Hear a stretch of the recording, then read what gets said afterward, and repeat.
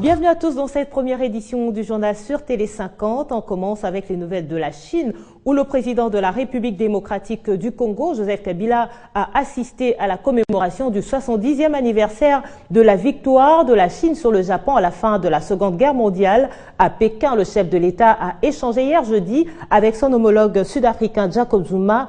Dans la même journée, il a également accordé une audience aux dirigeants de différentes entreprises chinoises installées en RDC. Ils sont venus lui rendre compte de l'avancée du travail déjà accompli. Jacob Zuma et Joseph Kabila, les deux de trois chefs d'État africains invités par le dirigeant chinois à la célébration du 70e anniversaire de la victoire de la Chine sur le Japon, ont échangé en présence de quelques officiels sud-africains et congolais. Les deux géants africains entretiennent d'excellentes relations de coopération dans quelques domaines clés, entre autres l'énergie et l'agriculture. Nous avons parlé en général de la coopération entre nos deux pays. Nous voulons renforcer nos relations et pensons que, par exemple, via le gouvernement, nous pouvons organiser une réunion très bientôt pour discuter de nos problèmes. C'était une bonne réunion. Après Jacob Zuma, c'est le tour des investisseurs. La vice-présidente de Huawei, qui assure l'équipement des opérateurs en téléphonie et la formation, a rassuré le chef de l'État congolais que sa compagnie, une des plus grandes en Chine, va consentir de nouveaux investissements. Huawei va équiper notamment l'administration des nouveaux moyens pour faciliter sa communication et la modernisation de son fonctionnement.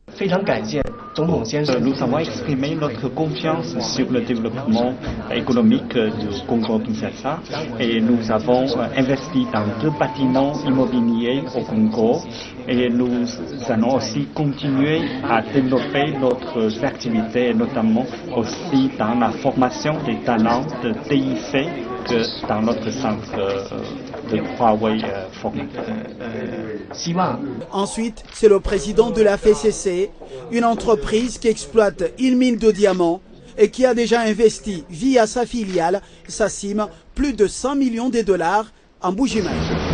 De nombreuses grandes entreprises chinoises ont émis le souhait de s'installer en République démocratique du Congo, un pays d'avenir. La compagnie des constructions en grosses infrastructures, CRCCA 14, China Railway, est l'une d'entre elles. Spécialisée dans la construction des grosses infrastructures, elle est candidate à la construction d'un port en eau profonde de Banana dans les territoires des Mwanda, d'un tramway à Kinshasa et de nouvelles lignes de chemin de fer Kinshasa-Matadi avec la SCTP et Lubumbashi-Ilebo avec la SNCC. Et le CRCC est intéressé à réaliser 2 projets en RDC, le projet de port de Banana et le projet de tramway dans la ville de Kinshasa. Mais ces questions n'ont pas été discutées en détail. Il était question au départ de faire la présentation de CRCC. Ces questions-là vont être évoquées par après. Le chef de l'État les a invités à venir donc à Kinshasa pour la suite, n'est-ce pas, de pourparlers. Le ministre des Finances, Henri Yav Moulang, et le gouverneur de la Banque centrale du Congo, Deo Gracias Mutombo, vont signer ce vendredi un protocole d'accord de financement de la construction des grosses infrastructures avec la banque ICBC, International Commercial Bank of China. Je l'annonçais au sommaire, désormais les communes de Massina, Ndjili et Kisanso vont servir de point de vente de produits en provenance du parc agro-industriel de Bukanga-Lonzo. Ces 3 communes ont été repérées hier jeudi par la directrice générale de cette entreprise. Dans un premier temps, ces points de vente seront approvisionnés en farine de maïs. L'ego est donné. Pour ces premiers jours, 3 communes sont ciblées. D'abord la commune patriotique de Massina. Ici, la bourgmestre organise tout. Viens vite au bureau dans 2 minutes, 3 minutes. Il y a une mission urgente, viens vite. Une fois ces brefs échanges terminés, on descend sur les sites choisis. Mesurage et une petite discussion. L'endroit paraît approprié. Sur le boulevard Lumumba, 240 mètres sont disposés pour aménager l'espace Bukanga-Lonzo. Ici, on va commencer par sécuriser les sites et puis ensuite ramener l'électricité ils ramenaient l'eau, ils préparaient une fosse septique pour pouvoir avoir des sanitaires au niveau hygiénique. Mais on peut mettre même une dizaine de conteneurs, ça va suffire. Ensuite, c'est la commune de Matete. Bienvenue à la commune pilote de Matete. Ici encore, le bourgmestre a déjà choisi un site où la population pourra s'approvisionner. Et on laissera tout le devant exposé pour la clientèle, tout en faisant une clôture au bord de la route. À cet endroit seront installés des conteneurs de 40 pieds chargés dans un premier temps de la farine de maïs. L'approvisionnement en produits de Bukangalonzo va aider cette population qui en a vraiment besoin, puisque la plupart des produits que nous avons aujourd'hui viennent de l'étranger. Donc si on a au jour d'aujourd'hui le produit, comme on dit, du terroir, c'est une bonne chose. Direction Kinsenso, c'est dans ces quartiers communément appelés quartier 17 que l'espace sera aménagé. Et un autre un peu plus loin vers la gare de la même commune. Ndjili, dernier lieu, nous sommes reçus avec enthousiasme. Vraiment, vous nous avez... Une place est déjà trouvée, mais il faut l'assainir. La délégation est arrivée ici au quartier 1, sous les eucalyptus, endroit idéal pour servir la population. Une fois aménagés, ces espaces ressembleront à ceux-ci. Ainsi, les produits de Bukangalonzo auront des adresses pour une accessibilité facile. Processus électoral en RDC, le président du Conseil supérieur de l'audiovisuel et de la communication a clôturé hier jeudi à Kinshasa l'atelier d'information sur la directive relative à la campagne électorale à travers les médias. Objectif, sensibiliser les médias congolais à garantir une meilleure équité entre les différents candidats lors des élections à venir au pays. C'est pendant 2 jours que les professionnels des médias ont échangé et discuté autour de quelques directives que les médias congolais publics et privés doivent adopter lors des échéances électorales à venir au pays. Interpeller les médias pour que le travail se fasse convenablement et interpeller l'autorité, l'État, pour que l'État puisse donner les moyens qui permettent au CESAC de faire son travail.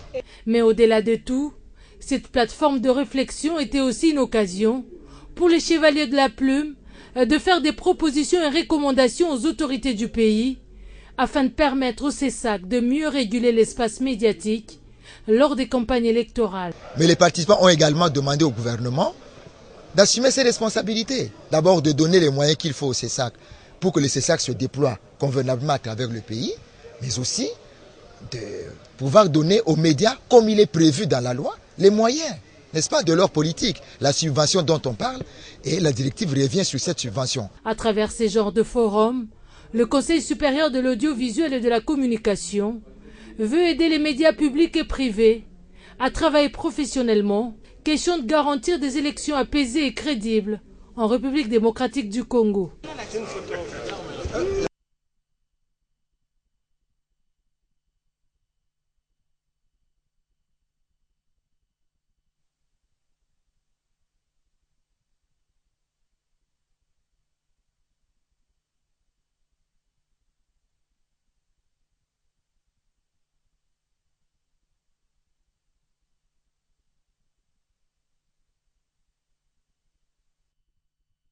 C'est le 8 et 9 septembre prochain que le film « L'homme qui répare les femmes » devait être présenté à l'Institut français. Interdit de diffusion sur le territoire congolais, son co-réalisateur Thierry Michel évoque une décision disproportionnée. Côté gouvernement congolais par contre, l'on indique que cette mesure est motivée par le fait que les 10 films véhiculent des accusations infondées contre les FARDC, à contrario des déclarations des femmes victimes de sévices sexuels enregistrées par ces réalisateurs qui, indexant des groupes armés irréguliers, ont reconnu avoir été sauvés par les dites FARDC. Dans ce long métrage, Thierry Michel a déclaré avoir simplement dit que des éléments des forces armées de la RDC ont commis des violences sexuelles dans l'est du Congo.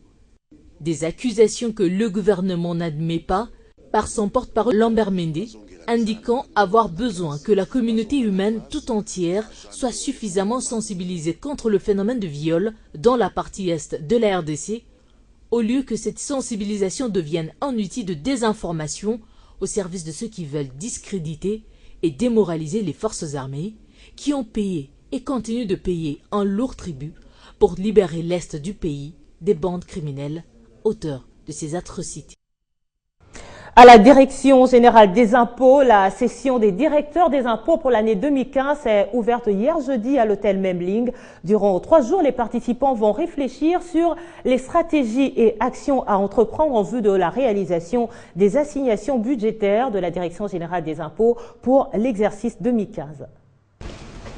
C'est une session qui vise non seulement l'étude des stratégies et actions pour atteindre les assignations de l'exercice 2015, mais aussi l'évaluation du chemin parcouru. L'évaluation du programme d'activité 2015 de la DGI, l'évaluation des recettes à fin juillet 2015, la répartition des assignations des derniers mois de l'année 2015, la restitution des recommandations de la dernière mission du FMI sur l'amélioration du rendement de la taxe sur la valeur ajoutée, l'évaluation des moyens mis à la disposition de services, la communication sur certaines réformes importantes en cours, à savoir la déclaration et le paiement unique de l'IPER, IR et des cotisations sociales et patronales dues à l'INSS, l'ONEM et l'INPP. Autre point abordé, c'est l'évaluation des recettes, principal objet de ces assises dont la loi de finances 2014 pour l'exercice 2015 sur les assignations de la DGI. La loi des finances a assigné à la Direction générale des impôts des recettes hors pétroliers producteurs de 2374,7 milliards de francs congolais. À fin juillet 2015, les recettes mobilisées sont de 1217,2 milliards de francs congolais contre des prévisions de 1379,9 milliards de francs congolais, soit un taux d'exécution de 88%, correspondant à un écart de 162,7 milliards de francs congolais. À la fin de ces travaux de 3 jours, des nouveaux contrats d'objectifs et des moyens seront signés, tout en tenant compte des réaménagements qui pourront être apportés. Ouvrons la page sportive avec les 11e Jeux africains de Brazzaville, dont les hostilités démarrent ce vendredi 4 septembre à Kintélé, non loin de la capitale congolaise. La République démocratique du Congo y participe avec 15 disciplines au total. Sa participation est conditionnée par la paie de 220 000 $ américains comme arriérés de cotisation, situation décomptée par le ministère des Finances, rassure le comité olympique. Football à présent, en prévision du championnat de la Division 1, le Daring Club Motema Pembe a procédé hier jeudi à l'installation officielle de différentes sections de l'équipe. La cérémonie a eu lieu hier à Kinshasa chez Maître Toro, le patriarche de cette équipe. Redynamiser l'organisation des supporters et leur participation dans la nouvelle société demeure une des priorités du Daring Club Motema Pembe en cette nouvelle saison sportive. Voilà qui justifie l'installation des 48 de ces sections avant l'entame de la Division 1. Nous avons reçu la mission du conseil d'administration, celle d'installer toutes les sections. Nous étions d'abord dans la phase de contact avec toutes les sections et une fois qu'on a terminé cette phase de contact, aujourd'hui on devait les installer du coup ensemble et puis nous allons faire le travail de suivi dans chaque section, ce qui a été fait aujourd'hui, donc c'est déjà une grande satisfaction. Outre l'emblème de l'équipe remis à chacun des présidents sectionnaires, pour la circonstance, les règlements d'ordre intérieur leur a aussi été remis, cette fois pour plus de garanties dans le fonctionnement de ces sections. Ce qui nous est arrivé nous a donné une leçon. C'est comme ça qu'il faudrait qu'il y ait un cadre juridique qui peut gérer même les supporters au niveau de la base. C'est comme ça que nous avons donné les règlements d'ordre intérieur. Nous allons vulgariser ces règlements d'ordre intérieur au niveau de la base pour que chaque supporter connaisse ses droits et ses devoirs. Et à leur tour, les présidents sectionnaires promettent de vite se mettre au travail pour le bien de leur équipe. Comme nous sommes installés, directement, on va commencer le travail. Le travail, c'est quoi? Mobiliser les supporters. Nous avons des ambitions. Il faut réactiver le supporters. Nous avons pris la conscience, avec 30 structures, les têtes pensantes et la visibilité, nous sommes organisés pour bien démarrer les championnats. Dans le moment où on est comme une société, pas c'est date pour Misala et Zali, c'est ce qu'on attendait. que vraiment qu'il y ait l'ordre dans le DCMP. Et nous, de notre part, ferons de tous nos miens pour encadrer tous nos supporters. Ainsi donc, après installation, tout porte à croire qu'en cette nouvelle saison sportive, les Darincle Motema Pembe va jouer gros dans tous les secteurs, avec comme priorité l'organisation. Voilà, fin de ce journal. Merci de l'avoir suivi. La matinale, c'est dans moins d'1 heure avec Arlette Boutella.